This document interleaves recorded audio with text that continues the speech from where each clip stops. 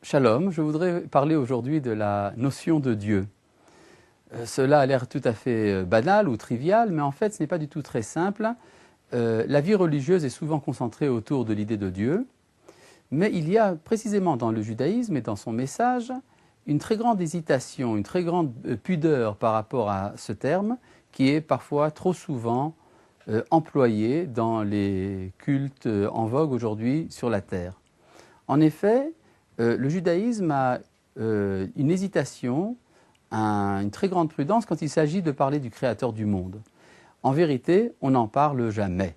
On ne dit jamais rien du Créateur, parce que pour vraiment le connaître, il faut l'avoir rencontré à travers l'organe de la prophétie. Or, cela fait déjà très longtemps, plus de 2500 ans, que les prophètes se sont tus, que la révélation a cessé.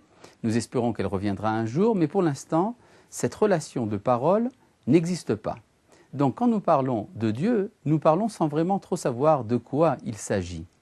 C'est pour cette raison que la tradition talmudique préfère l'athéisme, ça a l'air assez surprenant, mais c'est vrai, la tradition talmudique préfère l'athéisme à une profession de foi qui dirait « je crois en Dieu ». En effet, le Talmud dit « celui qui nie l'idolâtrie est appelé judéen, il est appelé juif ». C'est comme s'il faisait partie du peuple d'Israël. Il suffit donc de nier les idées communes sur la divinité, il suffit de repousser, de refuser l'idolâtrie et le paganisme pour être accepté, en tout cas virtuellement, dans la fraternité d'Israël. C'est donc en refusant l'idolâtrie que l'on est appelé croyant et non pas en donnant une définition positive du Créateur. En effet, si l'on veut véritablement connaître le Créateur, il faut l'avoir entendu dans sa parole à travers l'organe de la révélation. Or, ce n'est pas donné à tout le monde. En effet, la révélation, comme nous l'avons dit, s'est arrêtée. Et donc, on peut parler simplement d'un souvenir. Il y a dans l'humanité le souvenir d'une époque où le Créateur s'adressait aux hommes, où il s'est adressé à travers Israël à l'ensemble de l'humanité.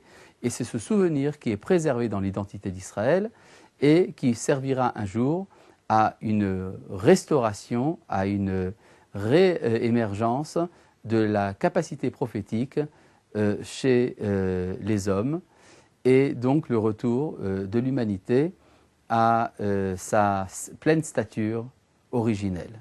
Shalom.